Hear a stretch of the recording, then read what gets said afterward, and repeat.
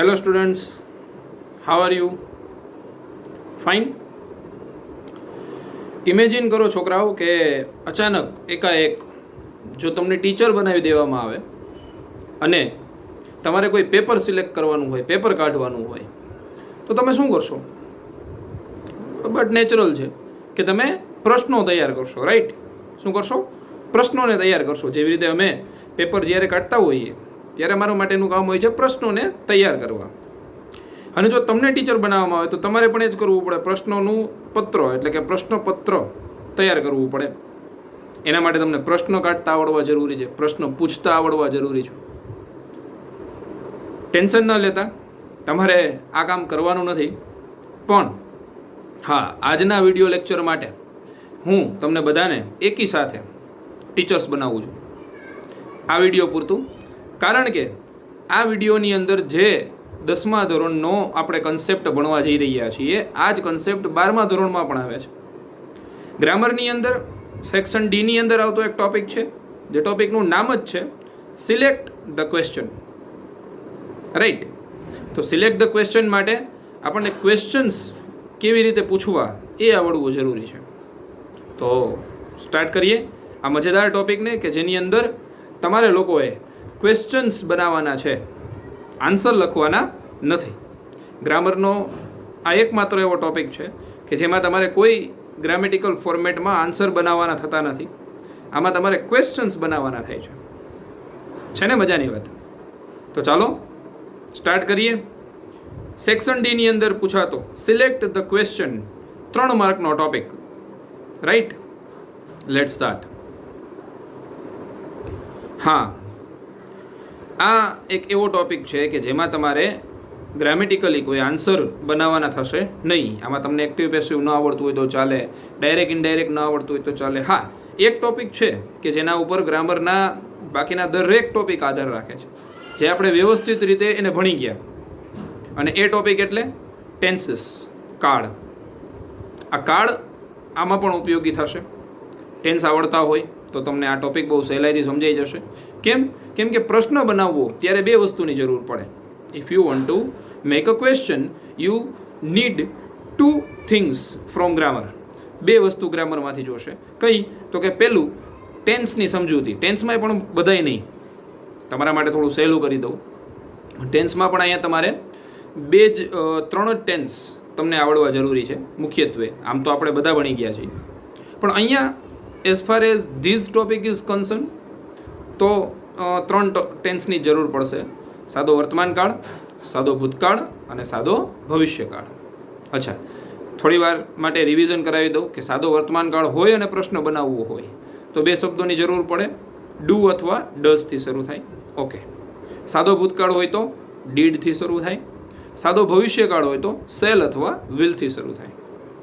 અને જો મોડલ ઓક્ઝિલરીનો પ્રશ્ન, મોડલ ઓક્ઝિલરી એટલે can, should, would, may, might, must વગેરે વગેરે, જો એનું વાક્ય હોય ને એમાંથી જો પ્રશ્ન બનાવવાનો થાય તો કોઈ ટેન્શન નથી. તો એ જ મોડલ ઓક્ઝિલરીને આપણે લખી લેશું શરૂઆતમાં. જેમ કે હું એક એક્ઝામ્પલ આપું. I can lift this bag. I can lift એટલે ઉચકવું. I can lift this bag. હવે આને પ્રશ્નમાં રૂપાંતર કરીએ તો ખાલી એટલું જ કરવાનું છે. જો ધ્યાનથી સાંભળજો. Can I lift this bag? Can I lift this bag? Question mark. શું કર્યું મેં? આઈ કેન હતું એટલે કે કર્તા અને ક્રિયાપદ હતો, એમાંથી કેનને ઉપાડીને મેં ક્યાં લઈ ગયો? આગળ. શરૂઆત કેનથી કરી, કેમ કે કેન મોડલ ઓક્ઝિલરી હતી. તો can I lift this bag આ બની ગયો આપણો સાદો પ્રશ્ન. એવી રીતે જ જો આ વર્તમાન કાળમાં વાક્ય હોત તો વાક્ય આમ હોત, આઈ લિફ્ટ ધીસ બેગ. હવે આને પ્રશ્નમાં રૂપાંતર કરીએ તો આમાં ડુ અથવા ડઝ મૂકવું પડશે, જે મેં તમને સમજૂતી આપી થોડી વાર પહેલાં. હવે આઈ છે તો આઈની સાથે હંમેશા ડુ આવે, યસ. તો ડુથી વાક્ય શરૂ થાય, પ્રશ્ન શરૂ થાય. Do I lift this bag? Question mark, પ્રશ્નાર્થ ચિહ્ન. તો મેં શું કર્યું? આખું આઈ લિફ્ટ ધીસ બેગ વાક્ય એમ ન રહ્યું, વધારાનો એક શબ્દ એડ કર્યો પ્રશ્ન માટે, ડુ. હા, હી હોત તો ડઝ. સમજાય છે? તો આ થયો સાદો વર્તમાન કાળનો પ્રશ્ન. અચ્છા, સાદો ભૂતકાળ હોય તો વાક્ય આમ હોત, આઈ લિફ્ટેડ ધીસ બેગ. ઉપાડી લીધું, લિફ્ટેડ. હવે લિફ્ટેડ જોઈને ખબર પડી જવી જોઈએ કે યસ ભૂતકાળ છે. હવે આમાં ડુ લેવું કે ડઝ લેવું આ કોઈ કન્ફ્યુઝન રહેશે નહીં. કેમ કે એમાં એક જ શબ્દ છે did. Dance India dance, DID. Did I lift this bag? Question mark. Lifted છે ને એમાંથી ઈડી નીકળી જશે. કેમ? આપણે ક્લાસમાં જોયું હતું કે બે ભૂત ભેગા થાય નહીં. ડીડ આવી ગયું પછી લિફ્ટેડ લખવાની જરૂર નથી. તો આ થયા સાદા સીધા પ્રશ્નો. અહીંયા જે આપણે હવે ભણવાના છે ને એ આનાથી થોડાક એક્સ્ટ્રા, આનાથી થોડાક વધારે આગળ. શું? તો કે અહીંયા આપણે ભણવાના છે WH ક્વેશ્ચન્સ. યસ, WH એટલે તમને ખ્યાલ જ છે, છતાંય કહી દઉં. એવા પ્રશ્નો કે જેની શરૂઆત કાં તો WH થી અથવા HW. આમ ઊંધાવડા ચાલે પણ W અને H હોવો ફરજિયાત. હવે આવા ઘણા બધા શબ્દો છે. એ શબ્દોનું લિસ્ટ પણ હમણાં જોઈ લઈએ ડિટેલમાં. એનું મિનિંગ જોઈ લઈએ. પ્રશ્નોમાં ક્યારે એનો ઉપયોગ કરવો એ સમજાવી દઉં. અને કેવી રીતે પૂછાય છે આ ટોપિક એ પણ સમજાવી દઉં. પણ WH પ્રશ્નો કેટલા જે કન્જક્શનમાં પણ તમે થોડા ભણી ગયા, જેમ કે હુ, વિચ, whom, whose. આ સિવાય વેન, વેર, વાય. અચ્છા, હવે WH માંથી HW કરો. How, how many, how much, how far વગેરે વગેરે. આ બધાને કહેવાશે WH પ્રશ્નો. આનાથી શરૂઆત થાય તો કોઈ ચોક્કસ જવાબો મળે. આપણે જવાબ અહીંયા આપવાનો નથી, આપણે બનાવવાના છે પ્રશ્ન. સ્ટાર્ટ કરતાં પહેલાં હજી એક ગુડ ન્યૂઝ આપી દઉં કે આ જે ટોપિક છે 3 માર્કનો સેક્શન D, આ ટોપિકની અંદર તમારે જરા પણ ચિંતા નથી કરવાની. પ્રશ્ન આખો તમારે લખીને જવાબ નથી આપવાનો. પ્રશ્ન તમને તૈયાર આપેલા હશે, એટલે કે યસ ઓપ્શન્સ આપેલા હશે. છે ને good news? Option A, B, C અને D. આ 4 પ્રશ્નો આપેલા હશે. ઉપર એક વાક્ય આપેલું હશે, એની અંદર અંડરલાઇન કરેલી હશે. હવે જે શબ્દ અંડરલાઇન કર્યો છે એના માટેના 4 પ્રશ્નો હશે, A, B, C અને D. આ 4માંથી તમારે સાચો આન્સર છે સિલેક્ટ કરવાનો છે. સપોઝ A અથવા તો C અથવા તો B અથવા તો D. આ સિલેક્ટ કર્યા બાદ તમારે એને આન્સર શીટમાં લખવાનો છે. એકદમ સિમ્પલ કામ. WH ની થોડી માહિતી હોય તો 4 ઓપ્શનમાંથી સાચો ઓપ્શન આપણને ફટાફટ મળી જાય. ફાઇન. તો જોઈ લઈએ હવે. આ રીતે પૂછાય છે. મેં તમને કીધું કે વાક્ય આપેલું હશે, એમાં અંડરલાઇન કરેલું હશે, નીચે 4 ઓપ્શન હશે, એમાંથી તમારે સાચો ઓપ્શન પસંદ કર્યા બાદ એને લખવાનું રહેશે. આવા 3 પ્રશ્નો અને 3 માર્ક. તો આ રોકડા માર્ક છે. ફાઇન. સ્ટાર્ટ કરીએ આપણે બુકના માધ્યમથી.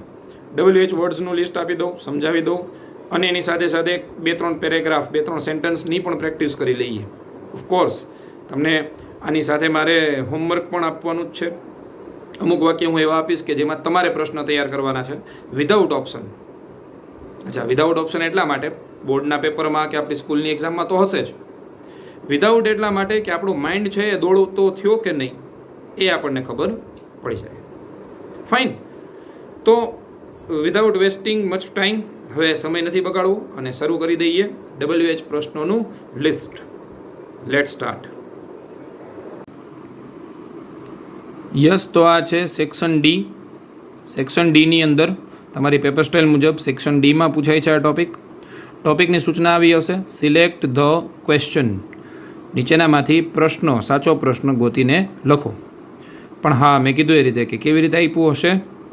Yes, with options. આમાં તમને ઓપ્શન્સ આપેલા હશે, અને 1 2 નહીં, 4 ઓપ્શન, A, B, C અને D. આ 4માંથી તમારે સાચો ઓપ્શન સિલેક્ટ કરીને લખવાનો રહેશે. 3 માર્ક છે આના રોકડા. ફાઇન. જોઈએ list of WH questions. WH વાળા પ્રશ્નોનું લિસ્ટ. છોકરાઓ, આ માત્ર લિસ્ટ નથી, લિસ્ટની સાથે સાથે મેં એનું ગુજરાતી, WH શબ્દ, એનું ગુજરાતી અને એ ક્યારે ઉપયોગમાં લેવાય, મતલબ કોને અંડરલાઇન કરેલું હોય તો ઉપયોગમાં લેવાય, એની પણ સમજૂતી અહીંયા આપેલી છે. તો ખાસ સમજતા જાજો. પછી આના એક્ઝામ્પલ પણ હું તમને આપીશ. પહેલો શબ્દ છે WHO, હુ. હુ એટલે આપણને ખબર છે એ રીતે એનું ગુજરાતી થાય કોણ. ક્યારે આનો પ્રશ્ન બનાવવો? તો ક્વેશ્ચનમાં, મતલબ તમારા ક્વેશ્ચન પેપરમાં તમને જે વાક્ય આપ્યું છે એ વાક્યમાં અંડરલાઇન કરેલો શબ્દ જો વ્યક્તિનું નામ હોય તો ત્યારે આનાથી આપણે પ્રશ્ન બનાવીશું. વ્યક્તિનું નામ એટલે અહીંયા એક એક્ઝામ્પલ આપી દઉં તમને સમજાઈ જાય એટલા માટે કે Irfan sir is teaching English grammar. મારું જ એક્ઝામ્પલ લઈએ. Irfan sir is teaching English grammar. હવે આને બનાવીએ તો હુથી બનાવવું પડે. કેમ? તો કે અંડરલાઇન કરેલું હશે ઇરફાન સર નામને. નામ કોનું છે? તો કે વ્યક્તિનું નામ. વ્યક્તિના નામ માટે હુ. તો આ પ્રશ્ન આમ બનશે, who is teaching English grammar? Question mark. હા, પણ આ ચારમાંથી તમારે ગોતવું પડશે ક્યાં આ પ્રશ્ન આપેલો છે. ફાઇન. તો આ રીતે લિસ્ટમાં આગળ વધીએ.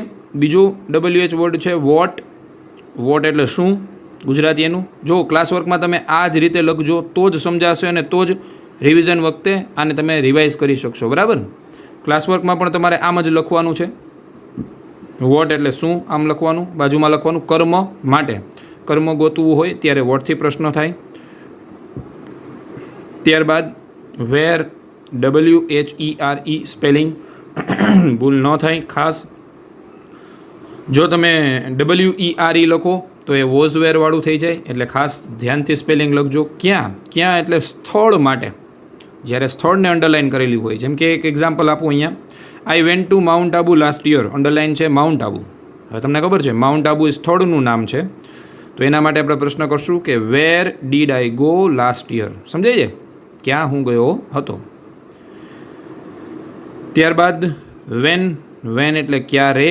ક્યારે કોના માટે વપરાય? સમય. હવે સમય કેટલા પ્રકારના હોય? તો કે વાર આપેલો હોય, સન્ડે, મંડે, ટ્યુઝડે વગેરે. તારીખ આપેલી હોય કોઈ પણ. મહિનો આપેલો હોય, જાન્યુઆરી, ફેબ્રુઆરી અથવા લાસ્ટ મંથ, પ્રીવિયસ મંથ વગેરે. વર્ષ આપેલું હોય, જેમ કે લાસ્ટ યર, નેક્સ્ટ યર વગેરે વગેરે. અથવા તો ઘડિયાળનો સમય, કાં પછી 8 વાગ્યા, 8:30 એટલે કે 8:30, 9:30, 10:30, 11:30 વગેરે વગેરે. બરાબર ને? તો આ બધાને શું કહેવાશે? સમય. શેનાથી પ્રશ્ન કરશું? વેન. યસ. પાંચમું છે આપણા માટે હાઉ. હવે જો અહીંયા આને પણ WH જ ગણવાનું થશે. બરાબર? પાછળથી ગણવાનું WH. હાઉ એટલે કઈ રીતે. ક્યારે આ પ્રશ્ન પૂછાય? પદ્ધતિ માટે. પદ્ધતિ, મેથડ આપેલી હોય કે બહુ સારી રીતે આ કાર્ય કર્યું, બહુ મધુર રીતે ગીત ગાયું વગેરે વગેરે. How many. કેટલા. ગુજરાતી પણ એનું એવું જ છે, કેટલા. કેટલા એટલે કે સંખ્યાવાચક નામ માટે. ક્યારે આ ઉપયોગ કરવું? સંખ્યાવાચક નામ. હવે આ સમજાવી દઉં. સંખ્યાવાચક નામ એટલે શું? તો કે જ્યાં અંકોમાં સંખ્યા આપેલી હોય, જેમ કે 100 સ્ટુડન્ટ્સ, 10 વર્કર્સ, 3 ટીચર્સ વગેરે વગેરે આપવું હોય તો એને કહેવાય સંખ્યાવાચક નામ. તો ત્યારે કેનાથી પ્રશ્ન કરશું આપણે? હાઉ મેનીથી. રાઈટ. ત્યારબાદ છે હાઉ મચ. કેટલું. હાઉ મેની જેવું જ છે પણ અહીંયા કેટલા ને કેટલું ગુજરાતી લખો ત્યારે ખાસ ધ્યાન રાખજો છોકરાઓ. કેટલું ક્યારે વપરાશે? જથ્થાવાચક નામ માટે. હવે તમને એમ થાય જથ્થાવાચક એટલે શું? તો જ્યારે જથ્થો આપેલો હોય, એટલે કે લીટર, મીટર, કિલોગ્રામ વગેરે વગેરે. ત્યારબાદ છે હાઉ ફાર. હાઉ ફાર એટલે અંતર આપેલું હોય તો અંતર માટે. એ જ એનું મિનિંગ અને એ જ એનું ગુજરાતી. 2 કિલોમીટર્સ, 200 કિલોમીટર્સ, 500 કિલોમીટર્સ વગેરે વગેરે. આવું કંઈક આપણને અંતર આપેલું હશે અંદાજિત. ત્યારબાદ આને તો તમે ઓળખો જ છો, વુમ. કેમ કે કન્જક્શનના ટોપિકમાં જોઈ ગયા. ફરીથી એકવાર, વુમ એટલે કોને, કર્મ વિભક્તિ માટે. હવે અહીંયા આને રિપીટ નહીં કરું કેમ કે કન્જક્શનમાં આપણે આને ભણી ગયા છીએ. હુઝ. હુઝ એટલે કોનું. કોનું એટલે સંબંધક વિભક્તિ માટે. વિચ. વિચ એટલે કયું. હવે કયું ક્યારે પૂછાય? ત્યાં કે જ્યારે વ્યક્તિની વાત ન હોય અને કોની વાત હોય? યસ, નિર્જીવ. નિર્જીવ માટે વિચ નામનો પ્રશ્ન પૂછવો, અથવા તો કોઈ વસ્તુ આપેલી હોય, પેન, બુક, ટેબલ, બેન્ચ વગેરે વગેરે, ત્યારે વિચથી પ્રશ્ન કરવો. ત્યારબાદ 12મું અને છેલ્લો WH વર્ડ, અને એ WH વર્ડ છે વાય. વાય ગુજરાતી થશે શા માટે. ક્યારે આનાથી પ્રશ્ન કરવો? કારણ જાણવા માટે. જ્યારે આપણે કારણ ગોતવાનું હોય ત્યારે. તો આ થયા છોકરાઓ તમારા WH વર્ડનું લિસ્ટ. 12 શબ્દો છે, તમે બરાબર નોટ ડાઉન કરી લેજો આને. અને ગુજરાતી સહિત સામે એનો મિનિંગ પણ કીધો છે, એ પણ લખજો. હવે એને સમજવા માટે જઈએ આગળ. એટલે કે એક્ઝામ્પલ્સ ઉપર, રાઈટ. એક્ઝામ્પલ્સને ધ્યાનથી જોજો. એક્ઝામ્પલ્સમાં કેવી રીતે બોર્ડમાં પૂછાય છે એ જ પેટર્નથી મેં અહીંયા તમારી સામે મૂકેલું છે. આમ જ હશે સેમ. આવા 3 પ્રશ્નો હશે. આ નંબર 1 છે, એમ 2 અને 3, અને માર્ક હશે એના 3 માર્ક. બરાબર, ઓકે. તો અહીંયા છે રહેમાન કેન સ્પીક ઇંગ્લિશ. વાક્ય પૂરું થઈ ગયું એટલે અહીંયા ફૂલ સ્ટોપ. અંડરલાઇન કરેલું છે રહેમાન. રહેમાન શું કહેવાય? વસ્તુનું નામ કે વ્યક્તિનું નામ? તમને ખબર જ પડી ગઈ હશે. જો કે એ ન સમજાય તો અહીંયા તમારા માટે 4 પ્રશ્નો ઓપ્શનમાં આપેલા છે. 4 હું એકવાર બોલી જાઉં, તમે સાંભળી લ્યો. પછી તમને એમ લાગે એટલે મનમાં આન્સર તૈયાર રાખજો.